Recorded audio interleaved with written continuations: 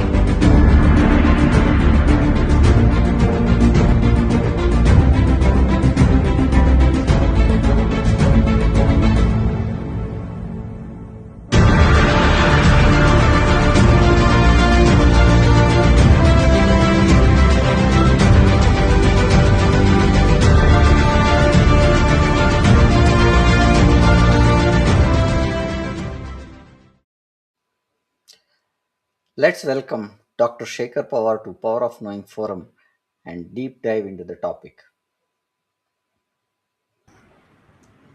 Sir, good afternoon. How are you today, sir?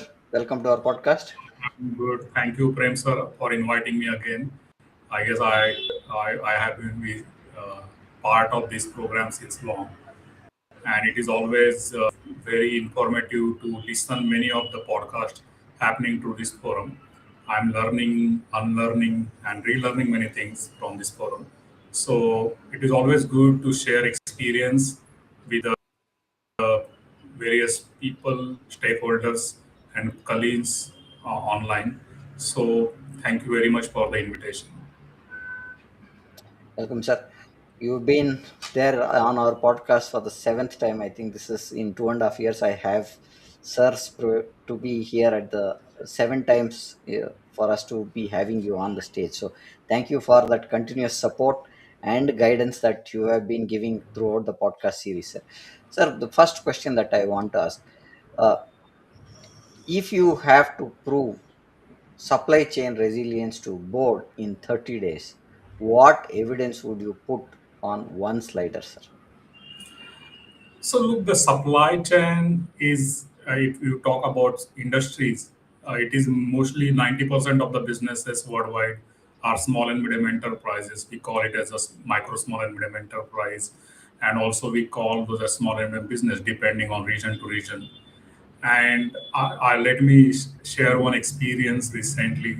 Before a couple of years, I was attending one of the conference where there were Japanese ambassador representative of their industry was there part of the stage, and Indian representative actually started the event saying like uh, MSMEs, which are micro, small, and medium enterprises of India, are heart of our industry, the national growth, industrial growth ecosystem. So when the Japanese ambassador started talking, he actually said, like you were saying, that small and medium enterprises is heart of your country's industrial revolution. But in Japan, the things are different. In Japan, we call uh, small and medium enterprises an entire body of the ecosystem. He explained beautifully with an example. He said, like, if suppose Toyota kind of company is manufacturing any car, uh, the small and medium enterprises ecosystem is supporting entire supply chain of each part or each component of the car. Someone is actually manufacturing tires, someone is manufacturing engine part, someone is manufacturing body, someone is painting. So it is completely ecosystem works together, and then assembly is also done by someone else. So it is entire body of ecosystem of industries is generated by the supply chain management in Japan. And similarly, it is happening everywhere nowadays. And if you talk about cyber resilience, especially, so there are many different cyber attacks and methodologies, new innovative technologies oriented cyber attacks happening. And recently, we have published as a secure claw, we have published annual report of last year. We generally study 10 to 15 cyber attacks daily basis happening on the industry, and we have published around 3,500 some summarized cyber attacks analytics. We found like last year there were many cyber attacks which were APT, means those are state-sponsored cyber attack. The lot of cyber attacks are now happening because of geopolitical instability, and again there is a lot of continuous risk visibility in the market. Again, there is an ecosystem which is formed by small and medium enterprises, many startups, many different technology vendors. So that ecosystem is also needs to be considered as a part of cyberspace, because suppose one of the weakest link will be a small business who is actually contributing in particular big organization as a contractor, and if that business is getting hacked, so it will be dangerous for that big organization, and even it is dangerous for the economy of the entire country. So it is very important to uh, create a supply chain cyber resilience by shared responsibility across sectors, yes, companies, across boundaries also, because we need lot of collaboration to overcome cyber attacks happening on the industry, and we should actually work towards cyber resilience as a whole. It is a holistic approach which is needed. I guess I tried to answer your question.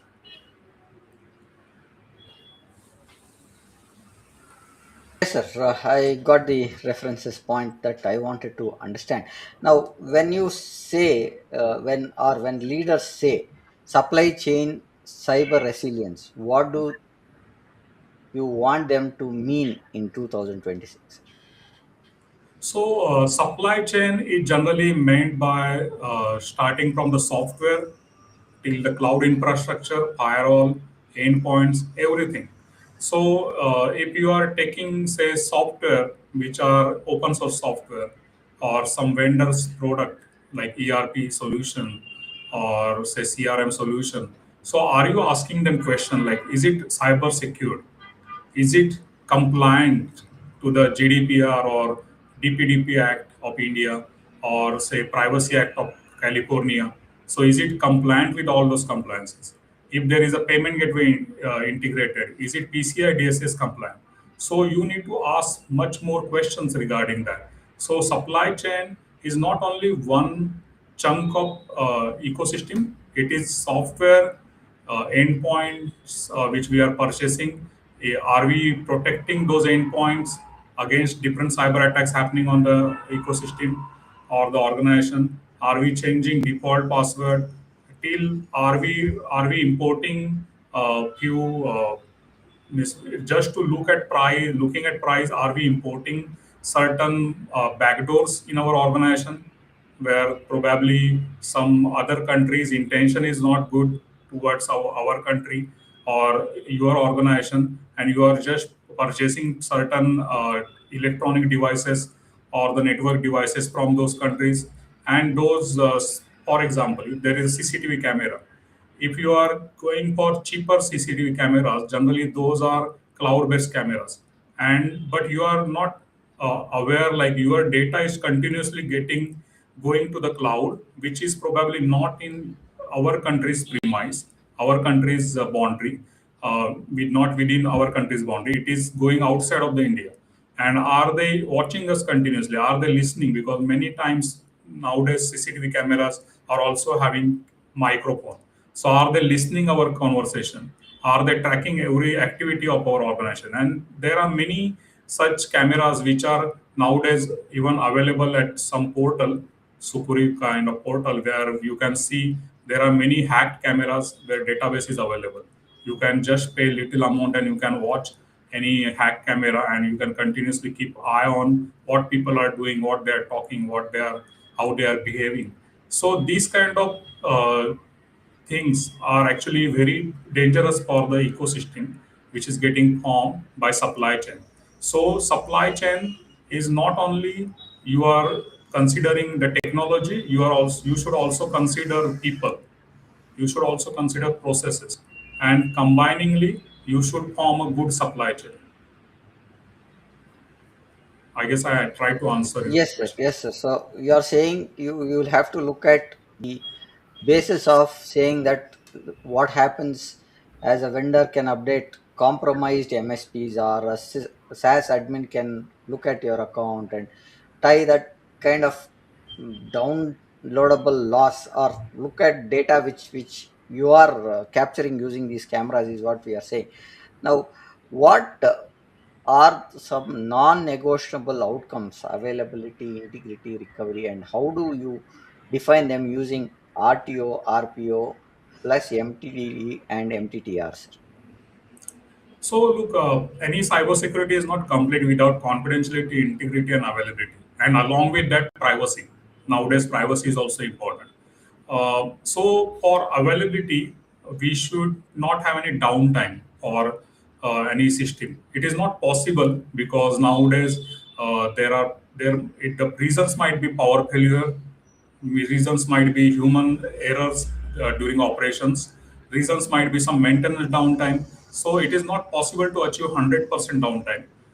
Most of the times we say 99.99% of SLAs are acceptable in many organizations like which are providing internet kind of or internet lease line kind of stuff.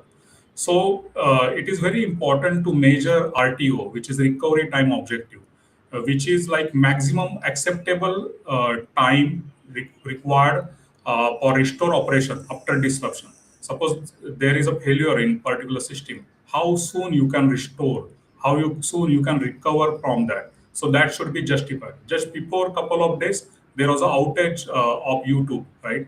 And it took 2 hours because YouTube is we are mostly using it as a free service in public domain. But many companies are actually using YouTube as a powerful tool for their marketing promotion, for their different activities. Like today's session might be on YouTube live. So it is very important to understand what is RTO, how soon it can be restored. Is it 2 hours? Is it very lengthy time, which company was not able to restore that service again? So these are the questions we need to ask ourselves. Second thing is MTTR, which is mean time to repair and restore. So it is average time to take the fixing of the issue and how to recover it. So it is also important to understand. And for the identity, integrity.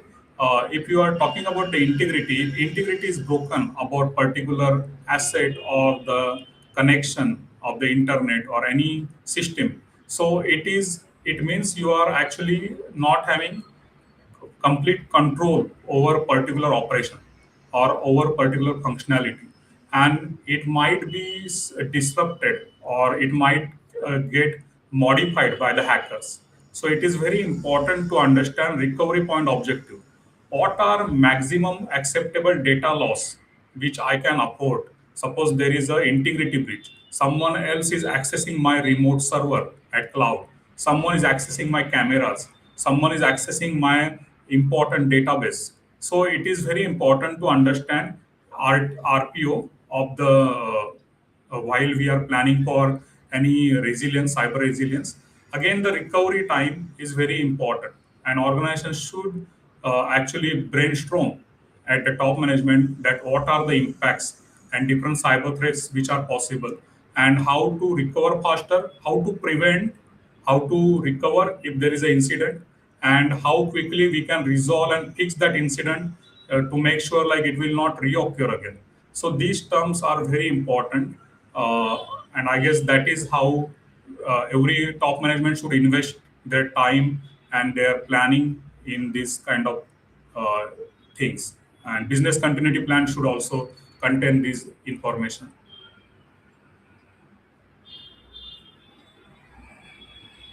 Very, very important pointers there. So considerations of aspects that are going to affect business is one thing that I am trying to understand. Now, which framework baseline do you start with for clarity, whether it is NIST, CFS, CSF 2.0, or ISO 27000 2022, or a board risk taxonomy? Which one do you think is important? Look, for small and medium enterprises, I already invented BDSLC, the framework business domain specifically cybersecurity controls implementation. So there also it is available as a web platform where companies can register themselves. They can go through the different cybersecurity recommended controls based on their business domain and the priority which we understand for their business. So that there we have some kind of gap analysis, all the consulting help which is required, starting from process, guideline documentation. So that is also a very good baseline framework for any company which is startup or which is having minimum budget, less time, and they want some good cybersecurity framework available for their organization, along with documentation, and along with we are also doing audit and certification in that. As you said, like NIST, which is very popular United States framework, and it is very flexible, very comprehensive, and it is also being used for supply chain risk management. And recently, before 3 4 years, United States also started CMMC 1.0, and just before few months they started CMMC 2.0, which is again another framework which is suitable for uh, small and medium enterprises which are going to work with federal government of United States. And these frameworks are ideal for protecting critical information or critical infrastructure during the supply chain. And those are very much voluntary. But if you want to work, NIST CSF 2.0, which is 2024 update, is very much voluntary. But if you want to work with federal government of United States, then CMMC 2.0 is mandatory now. Means you should comply with all the requirement to protect federal government information. Along with that, ISO 27001, which is I'm also lead auditor of that, and it is a very good information security management system framework or standard. So it is protecting the information or data. It is more focused towards that, and it is also very good to start with for any organization. And there are many such frameworks and standards available, but NIST and ISO are worldwide accepted because since a long time they exist in the market and they become matured in the market. And but because you asked me questions, so I should talk about BDSLCCI also. So BDSLCCI is not only protecting information, it is also protecting critical assets like mission critical assets of the organization. And we have divided BDSLCCI into three levels: level one, level two, level three. So our in level one, we expect like organizations should only implement 15 to 20 controls. In level two, they should implement 30 to 40, 30 to 40 control, 20 to 30 controls. And in level three, they should implement 30 to 40, 45 controls. So that is how we are giving incremental order of controls which they can implement. So these are very good for starting points towards the cyber resilience in the organizations. Very important because we were talking about BDLCCI, which is a framework built by CyberClaw or SecureClaw as an organization where they have industry specific controls for uh, doing compliance, right? So, please speak to Mr. Dr. Shekhar Pawar on it. I am listing his LinkedIn profile here. All talk to him. You can find out he has. Sir, you have free this one also to be checked, right? So can you Yeah, give yeah. some idea on that, sir? Yeah, yeah. So we will help them throughout the journey. Again, we also started like employee cybersecurity awareness trainings Yeah. along with certification in that particular portal. So companies can directly go to the training also for their employees if they are not interested in adopting BDSLC at start. And again, they can go with BDSLC framework. It is very reasonable, and we are already talking to many agencies of government to take it at national level. Thank you for that, sir. Sir, with we are talking about supply chain, right? Where do you see supply chain fail first? Whether it is softwares, services, or people operating the handoffs. Where do you think that is? Nowadays, when I'm actually interviewing many software developers and many IT professionals, and I when I talk to youth, they are saying nowadays software programming is very easy. You just Google out, you just ask AI, it writes down the code, it gives references to the tools or existing plugins which you just download and use it in your code. Okay, so software has become lot of open to many cyber threats because nowadays there are people are not programmers are also not writing their own code. They are very much dependent on third party plugins. I remember when I started my career in 2000 or somewhere, we used to actually write down the code for each every aspect of the coding, like starting from the grid pagination, what will happen to if someone clicks on page number two and next page and last page. So we were directly programming it by our own idea, our own thoughts. Nowadays, there are just plugs in. You just download and you check the review and just copy paste those, and it works. But there are some problems with that. Many of these plugins are not compliant to the security requirement, like OAPS, uh, which is Open Web Security Protocol or procedures which we follow. So these kind of things are very much vulnerable. So softwares are becoming primary weak point nowadays because of third-party components, open source libraries, CI/CD like continuous integration, continuous deployment pipelines, as well as different SaaS integration like the payment gateways or different existing ecosystem you want to utilize. You want to verify certain credentials of the customer, so you are giving asking access to particular site. So those things are heavily being used, and those are primary weak point. Secondly, as you said, there are many service providers like cloud integration is required. Nowadays, managed services are very much popular. Then logistics platforms are there. Such things. Suppose there is single point of failure. Suppose you are using particular cloud infrastructure, or you are using particular managed service for your software integration or your organization's business flow. If there is single point of failure, then your entire business fails. So this is very important to understand. And as I told you, I started with the software developer. So we should not blame any particular uh, skill set people, but there are people who are always having uh, like who are always appear as a weakest link for the cyber criminals, and these people are always attracted towards how I can get something very free of cost, how I will get something very easily. So they are approaching everything like that, and because of that, they are actually getting tricked by hackers or cyber criminals. So there are many times we are also spreading awareness, like there is particular WordPress plugin which is vulnerable and it is already deployed in 20,000 websites. So those websites payment gateway can be hacked. So such kind of things are always in news, and we always try to promote that, so as people will understand what they need to do and what they don't need to do. Along with that, vendor onboarding or even employee onboarding or employee offboarding, there should be some operational or processes which should be in place. Again, the contract enforcement, people are many companies where I visited, the manufacturing chemical companies, they don't even understand definition of non-disclosure agreement. Their employees are getting appointment letters and they are joining their companies, they are leaving their companies, they are stealing their intellectual property or their patented product information, and they are implementing it in another competitor company.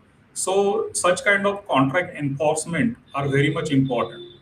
So these are the things, like people, process, and technology, or we can say software, services, and people should always be protected to make sure like you will not face any problems in your business or even in compliances.